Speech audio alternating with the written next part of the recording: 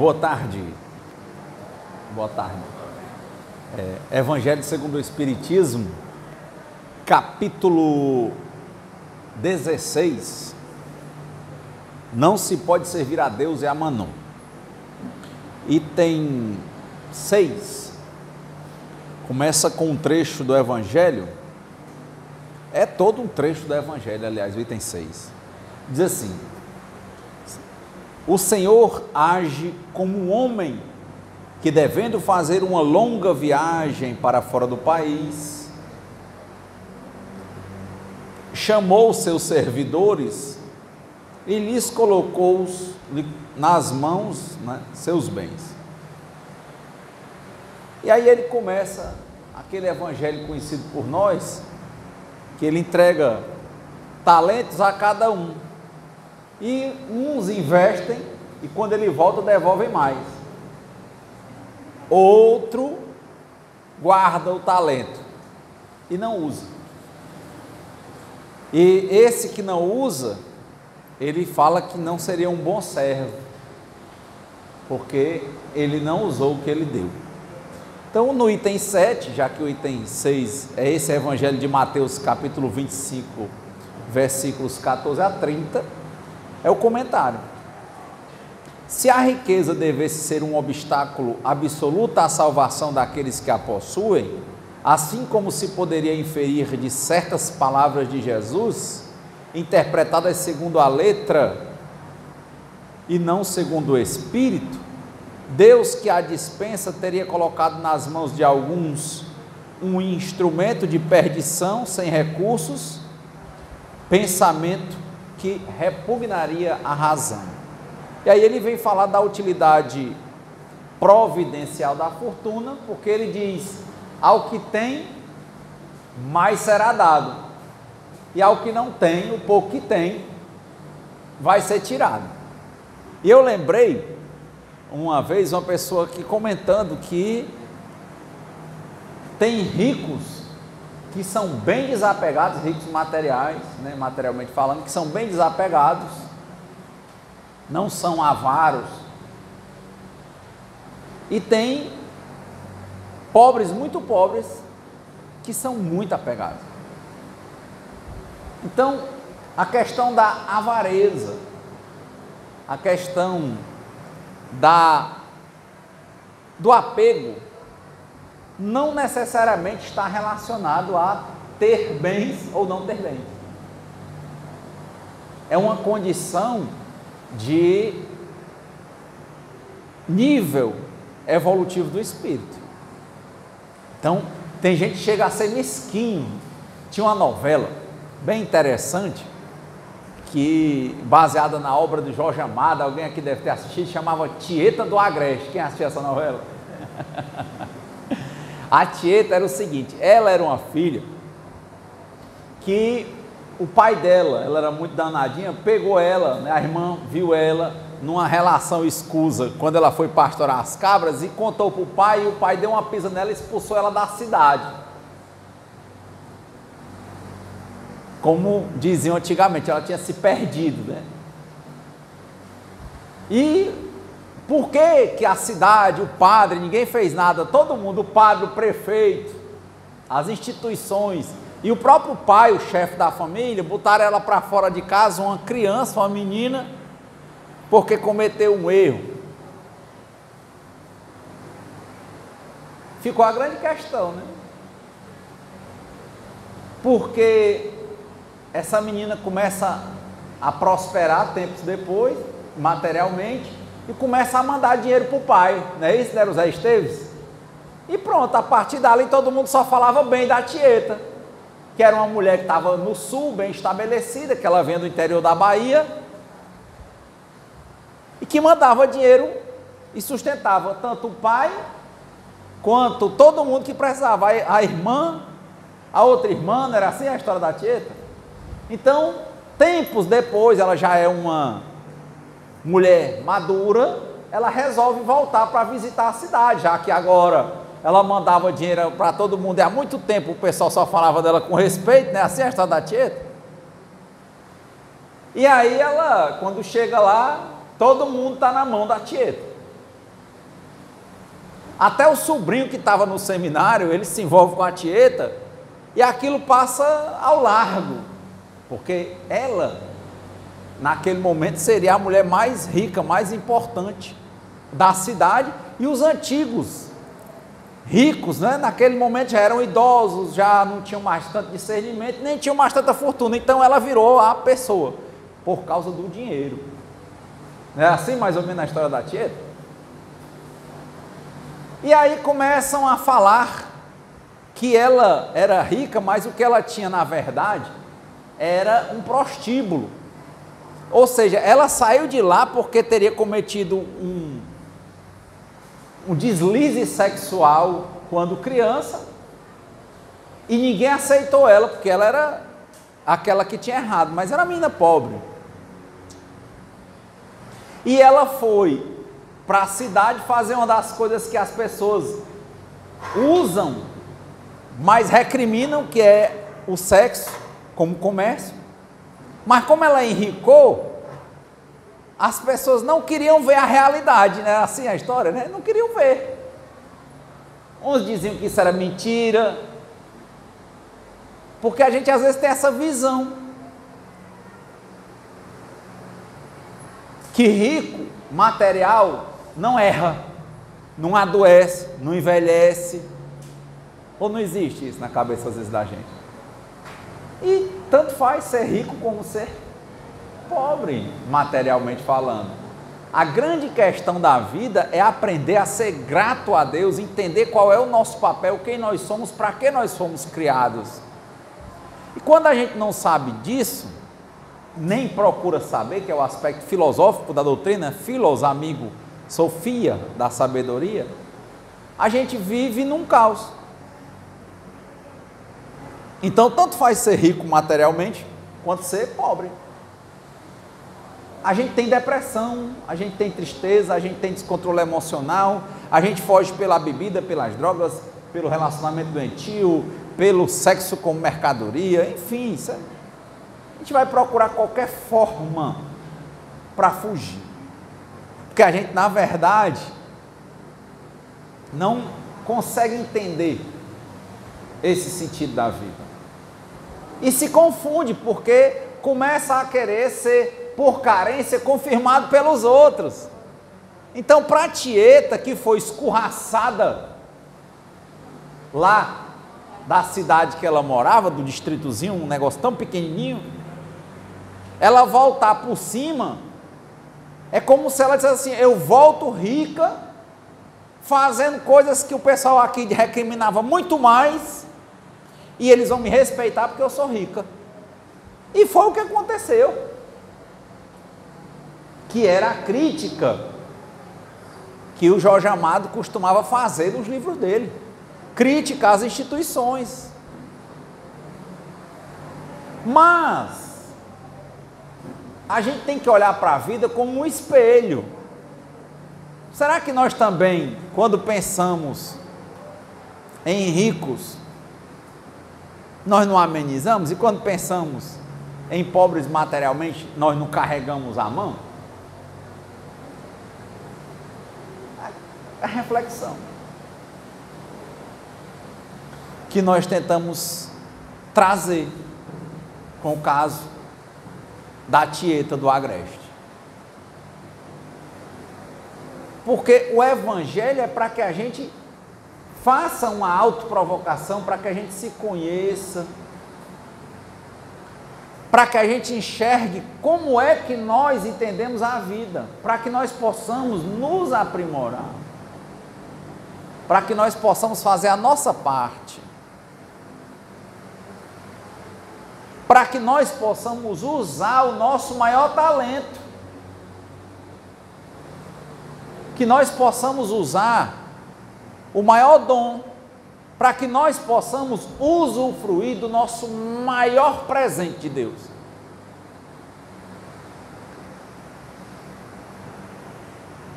Porque a vida é um presente inquestionavelmente valoroso. Mas nós não temos governabilidade sobre a vida, assim, quando é que a gente vive, quem vive, até quando vive, nem como vive. É um presente, mas que a gente não consegue mexer com ele. Já o livre-arbítrio é um presente que ninguém pode tirar, que só quem pode escolher somos nós e que a gente mexe com ele. Aí é a famosa vida feita de escolhas. É nesse ponto em que a gente começa a observar os defeitos de caráter que nós temos, as falhas morais que nós temos, que nos levam a compreensões distorcidas da realidade e faz com que a gente tenha a oportunidade de escolher ficar na mesma e continuar descendo emocionalmente e materialmente, em tudo no mundo, ou escolhermos mudar. Como diz muito, embora eu não possa voltar atrás e fazer um novo começo, qualquer um pode agora começar e fazer um novo final. Esse é o maior talento que a gente tem. Todo dia escolher se enxergar, agradecer a Deus e mudar.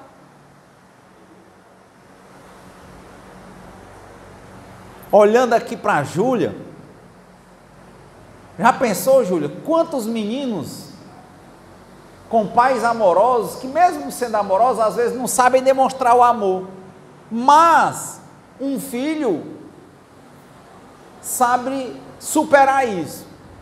Outro filho procura o amor em outros lugares, outras companhias, e às vezes são más companhias. E para serem aceitos por essas companhias, eles usam o livre-arbítrio deles, por exemplo, por carência, por fraqueza. Ele quer mostrar para o pai e para a mãe que ele é independente, que ele é forte, aí ele usa o livre-arbítrio dele por um desfoque de realidade, achando que ali é que ele vai ser o danado, o forte, o poderoso, quando na verdade ele é carente. Ele escolhe querer ser amado pelo povo da rua. E aí ele começa a fazer o que os outros fazem, para ser aceito, para se sentir amado. Ele não enxerga, por exemplo, que tem um Deus que o criou. Ele não se sente amado por esse Deus. Ele não enxerga que ele tem esses talentos, que ele tem várias outras oportunidades. E ele começa a fazer o que os outros fazem, para ser aceito, para ser amado. Aí vê um amiguinho novo bebendo, vai beber. Outro usando droga, vai usar. Se interessa por alguém, e esse alguém às vezes usa, vai usar. E da medida em que ele usa os talentos dele, ele vai obtendo os resultados.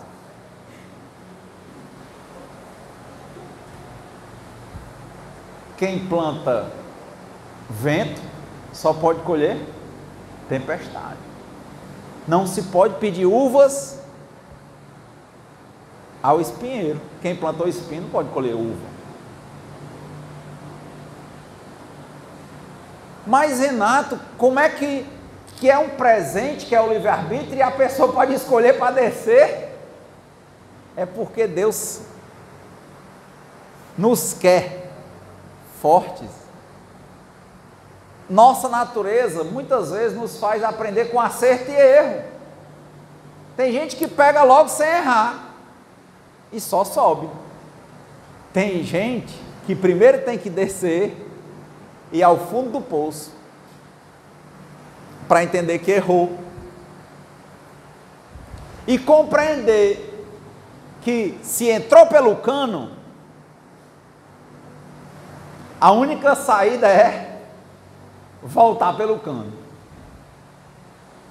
Se escolheu a rua, o amor de fora, o conflito interno, a controvérsia. Daí entrou na bebida alcoólica, na droga, em vários desatinos, e começou a vida ruir, e começou a se sentir pior. Quando ele se sentir pior, só tem uma saída: usar do mesmo livre-arbítrio e começar a escolher de novo.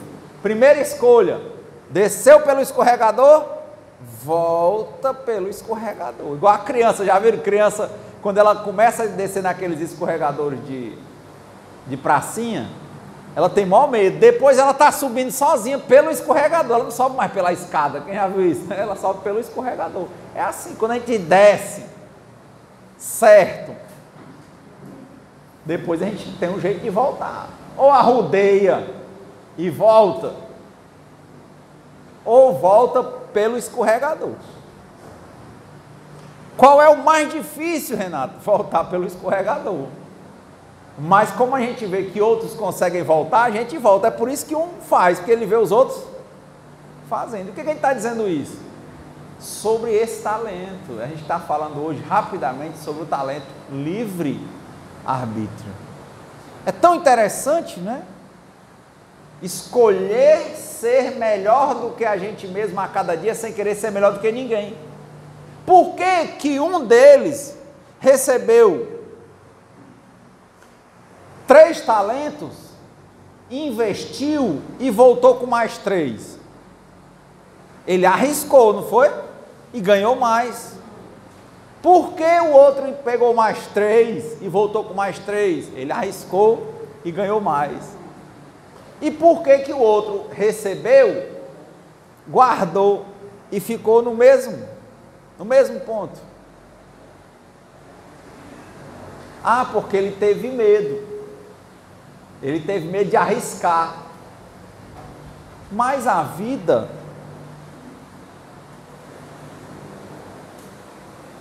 é coordenada, criada, mantida e transformada por Deus. Se a gente está no fogo é para se queimar, né? O ferro bom, ele é trabalhado aonde? No calor, na pancada. É o nosso nível evolutivo. Somos espíritos imperfeitos, que temos várias orientações para a perfeição, mas que temos dificuldade de seguir essas orientações. Queremos arriscar o acerto e erro. Mas impressionantemente, por que que a gente arrisca mais para descer do que para subir? Quem na vida aqui já fez algo que sabia que era errado, tinha convicção de que era errado e fez? Quem? Não é assim? Nós. Agora, o que é interessante em ser espírita? É que a gente sabe que Deus é um Pai amoroso, que Ele criou a vida para a gente estar renascendo a cada 24 horas, e se a gente desencarnar, a gente ainda volta com a possibilidade de recomeçar. Agora a pergunta é, por que que eu vou esperar ficar no fundo do poço, na lama, até morrer para começar de novo? Por que que eu não começo logo hoje a recomeçar? Ah, Renato, eu tenho muito medo, porque se eu deixar de beber, eu vou perder meus amigos. Por que que você não pensa se eles são seus amigos de verdade? Será que são? Ah, eu tenho medo de deixar, sabe? Eu tenho vários relacionamentos paralelos, eu tenho medo depois de eu ficar sozinho. Ó. Será que você tem um relacionamento verdadeiro em algum deles? Daí é a fé raciocinada, é a gente pensar na atitude que a gente tem, não ficar se comparando. Ei, rapaz, será que se eu voltar, meu irmão, a minha mãe gosta do meu irmão, porque ele é o bom, eu sou a ovelha negra, eu sou o ruim. Mas, rapaz, a vida do seu irmão é dele, a sua é sua. O que tem de diferente de você e de seu irmão? Ele consegue ser mais filho da sua mãe do que você? Consegue? Não. Você tem a mesma posição dele. Mas o que está diferente? Eu errei muito, então acerte. Comece. Primeiro as coisas primeiras. Viva e deixe viver, deixe ele viver a vida dele. Faça a sua parte. Use seu talento. Arrisque. Você não arriscou, sabendo que era errado, errar e deu errado? Por que agora você não continua usando o seu talento e arrisca fazer o certo, porque vai dar certo? Mas Renata, aí tem que ter uma coisa chamada humildade. Eu tenho vergonha. E o pior que a pessoa fala, diz assim, ó, Rogério, eu tenho vergonha na cara. Ora, que vergonha na cara. Para ser tudo que você entende que não presta, você, para isso aí você tem vergonha na cara. Ter vergonha não era assumir seus erros, como a história lá da pedra, voltar e não fazer mais? Então, por que não volta? A história do filho pródigo. Volta. Ai, mas o pai não vai receber não, vou ficar comendo aqui com os porcos. Volta. Não, mas aquele meu irmão é o cão, não vai deixar entrar dentro de casa. Volta. Ah, eu não vou pedir desculpa não, porque eu era drogado, dei foi uma pisa na minha mãe. Volta. Tenta.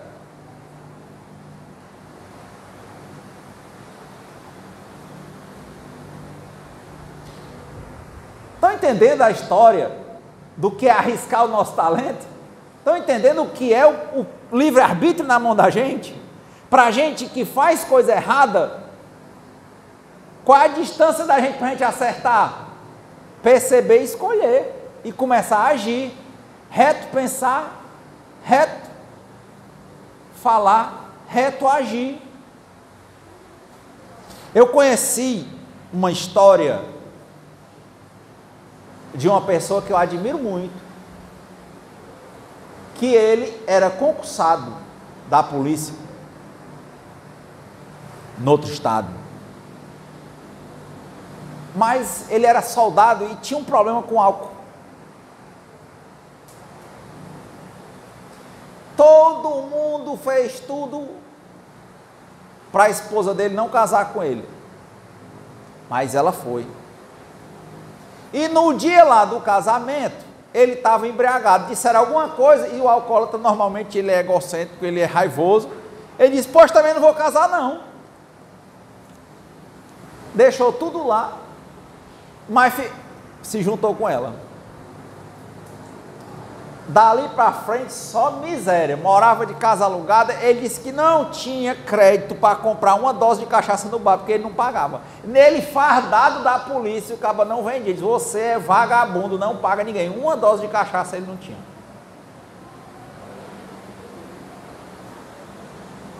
E a mulher, quando ficava calada, tudo bem. E no dia que ela falava alguma coisa, um dia ele assumiu que ele deu um chute na barriga dela grávida.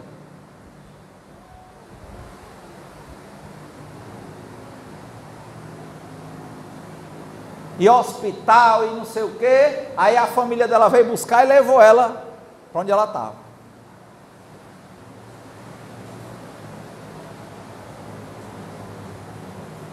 Um vizinho dele viu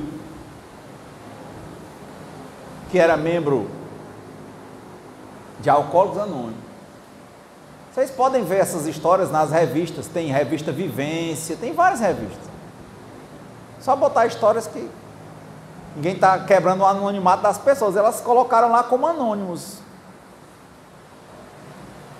E a partir dali ele começou a frequentar e disse, bicho, minha vida está aí, ó, eu sou uma autoridade que não tem moral de nada. Eu chego fardado e o cara me chama de vagabundo e não me vende uma dose de cachaça. E dentro de casa, olha o que é que eu faço dentro da minha casa. E moro num quartinho, num beco que não passa a cama. alugado. Olha aí como é que ele estava usando o livre-arbítrio. Mas quando ele percebeu e uma pessoa viu, passou a mensagem para ele. Rapaz, tu acha que a tua vida está legal? Ele começou a chorar assim, porque o vizinho, quem mora em beco, meio que está dentro da casa da pessoa. Sabia que ele tinha dado um chute na barriga da mulher grávida.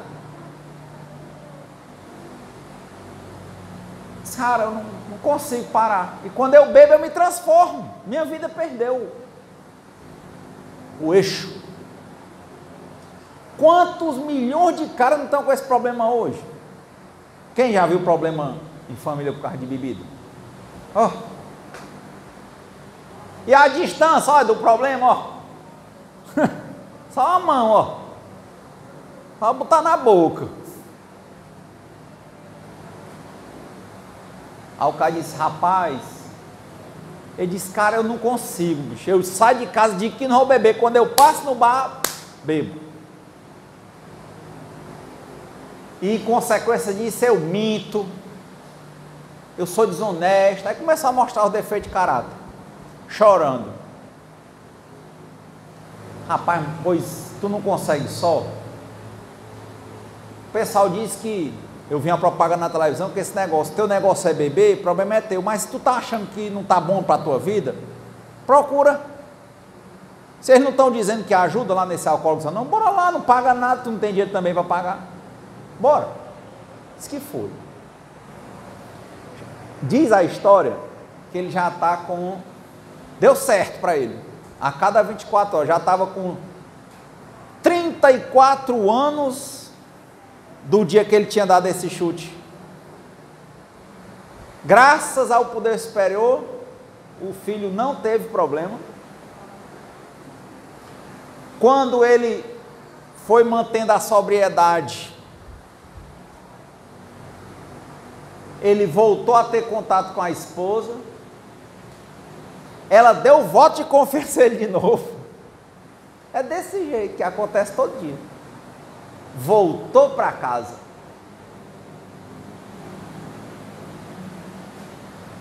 Ele disse que dali para frente, hoje, não me lembro agora muito da história, mas eu acho que ele tinha 3 filhos. Todos os 3 são da polícia. Todos os 3 oficiais da polícia. E ele se aposentou na polícia. Ele disse que ele estava certo de ser expulso da polícia. Se aposentou, ele era tão respeitado que o governador chamou ele para ficar lá, que é um cargo melhor, recebeu uma comissão e ficava no cargo lá no palácio. 35 anos. Ele disse, meu amigo, eu abri a mente, escolhi parar. E quando eu escolhi parar, só a bebida não resolvia não. Meu problema não é só a bebida não, é egoísmo, vaidade, orgulho, defeito de caráter. O que adiantava? Eu fechar a boca do litro, não beber, e eu ser um cara orgulhoso, vaidoso, ser grosseiro, não amoroso com os meus filhos, com a minha família. Então comecei, dizia ele lá na história, a mudar o caráter. Aí ele disse que com 35 anos, já os filhos tudo beleza, ele beleza, a família beleza, ele disse, tem um problema? Claro, antes eu não tinha problema, porque quando eu tinha eu ia beber, e o problema só aumentava, eu botava para amanhã, para depois. Esses anos tudinho eu tive problema, mas eu enfrentei os problemas, ó. Meus filhos não tinham pai, agora esses outros anos, toda coisa que tinha, eu era o que ia com a escola com meus filhos, eu virei pai dos meus filhos. E sabe o que eu achei mais lindo da história? É que ele estava com 35 anos parado, ele só contando a alegria na vida dele, que era um caos. Aí ele disse, eu senti uma coisa dentro de mim, sabe?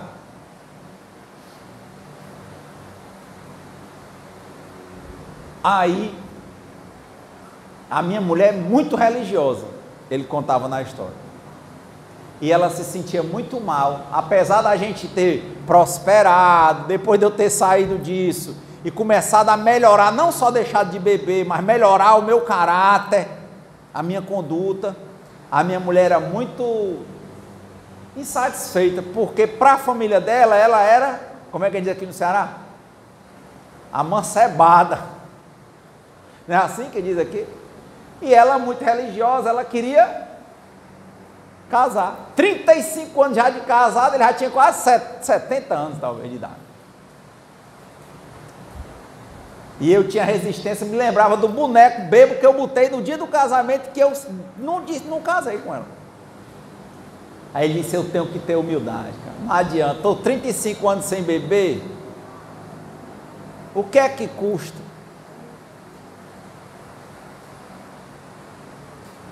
Eu baixar a bola e casar com a minha esposa?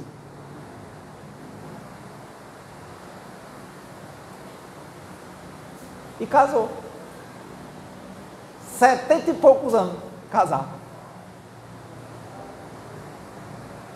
Teve que engolir quanto de orgulho aí? Se colocar no lugar dela. Não é uma história que cabe na vida de cada um de nós, para cada coisa difícil que a gente já fez na vida? Para cada coisa ruim que a gente acha que fez, a gente voltar a escolher? Quem desceu pelo cano, o que é que faz? Volta pelo cano, cara. Começa a olhar primeiro as coisas primeiras. Se a primeira coisa que está te prejudicando é beber, começa por hoje a deixar. Se a primeira coisa que está te prejudicando hoje é a emoção, se você é estourado demais, começa por hoje a não esculhambar ninguém.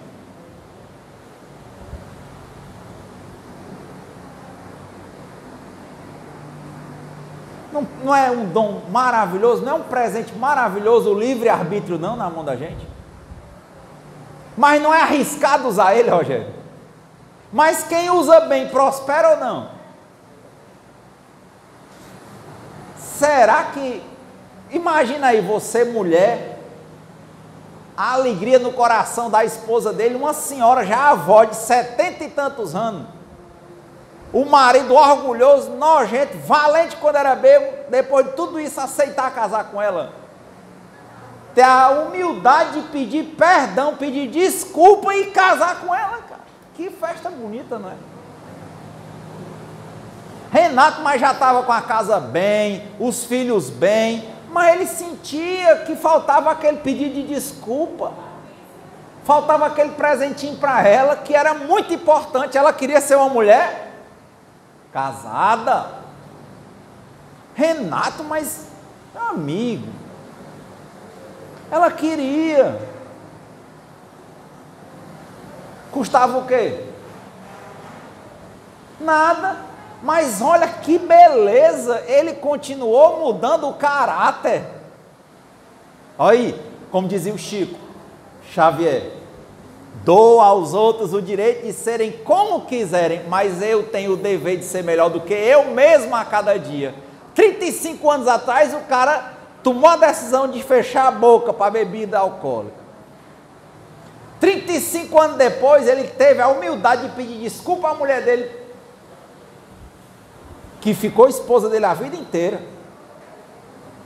e aceitar o que ele dizia que era uma besteira, casar, mas ela não queria, e deu aquele presente.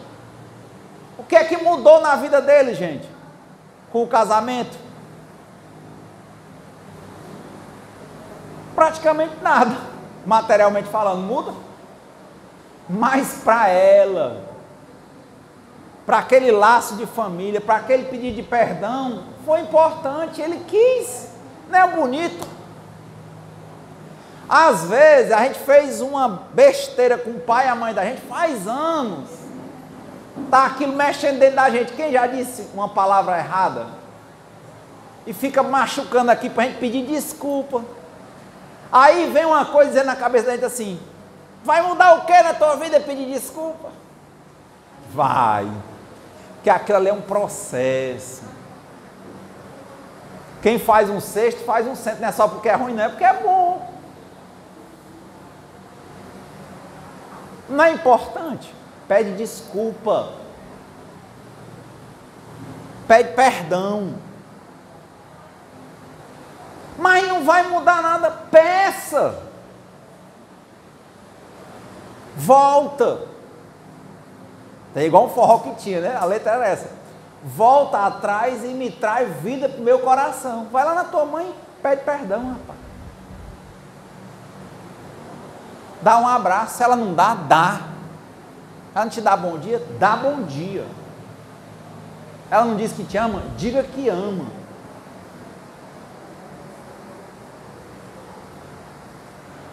Enfim. Compreendem a natureza de dizer utilidade providencial da fortuna, quando a gente começou dizendo que esse negócio de talento todo mundo tem. O talento que a gente tem, que é manipulável por nós, é o livre arbítrio, que a gente, por ser espírito imperfeito, usa muito para fazer coisas erradas, que vão nos levar ao fundo do poço. Mas ele é tão maravilhoso, esse presente, é tão incorruptível, que a gente pode usar o mesmo presente que nos levou para o fundo do poço, para fazer a gente sair dele. Só basta querer. Ajuda-te, que o céu te ajudará. Muda. Agradece a Deus. Humildade. Nem que seja um pouco. Para pedir desculpa. Para pedir perdão. Volta. Teu pai está te esperando. Tua mãe está te esperando. Todas as pessoas que você machucou estão te esperando. Pede perdão.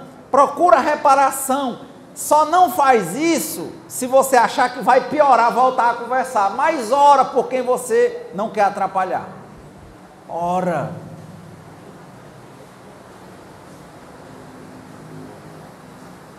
Limpa teu coração, te liberta, que com certeza, a partir dessas pequenas coisas, a sua vida vai se desalinhar e você vai prosperar, como você nunca viu na sua vida a passos largos. Desejo a vocês essa semana muita amorosidade, muita reflexão boa, muito ânimo para tomar as decisões certas, muita alegria no coração de vocês, muitos choros de alegria, e que Deus nos conceda a serenidade para aceitar as coisas que nós não podemos modificar. Ah, eu fiz essas coisas, mas minha mãe morreu. Ora por ela, pede perdão, escreve uma carta para tua mãe assim, ó. Para qualquer um que desencarnou, teu pai, escreve uma carta. Mas bota para fora. Ora por essa pessoa. Pede perdão a todos aqueles que você acha que tem que pedir, que não vai prejudicar voltar a conversa. Solta, vai libertando. E o que você não pode modificar, aceita. Não é? Deus, me conceda a serenidade para aceitar as coisas que eu não posso modificar. Ou seja, morte, mexer com pessoa que eu acho que vai prejudicar, eu não vou mexer, não é isso? Aceitar. Coragem para modificar as coisas que eu posso. Olha aí, ó, pedir perdão, escolher voltar, mudar, e sabedoria para distinguir umas das outras. Que seja feita a vontade de Deus antes da nossa, mas que nós não abdiquemos do nosso presente, do nosso lugar.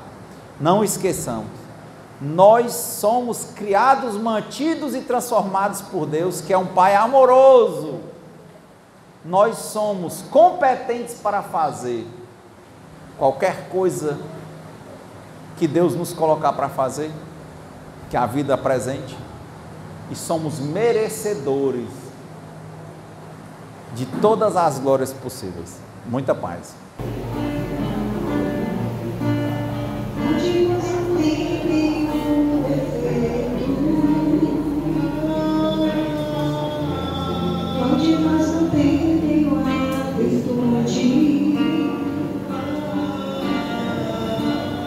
Precisamos só achar um jeito de suavizar o lado de. Vamos ajudar-nos mutuamente e somar as nossas qualidades. Fazer um mundo diferente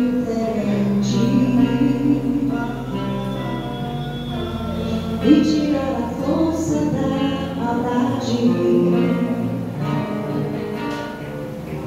Um dia todos nós seremos anjos.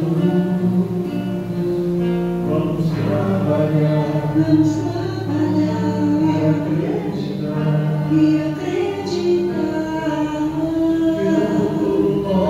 Seremos anjos no planeta onde o amor, unicamente o amor, há de reinar. Um dia todos nós seremos anjos. Vamos trabalhar e acreditar. Nós seremos anjos no planeta onde o amor, unicamente o amor, há de reinar. E assim será. A felicidade só começa quando cessar as desigualdades, quando todos compartilham o sonho, não nos ampara a liberdade. O estimador sede perfeito e nos ensinou esta lição, que somente amor será eterno. Ele está a nossa salvação. Um dia todos nós seremos anjos. Vamos trabalhar e acreditar, que todos nós seremos anjos do planeta onde o amor, unicamente o amor, há de reinar. Um dia todos nós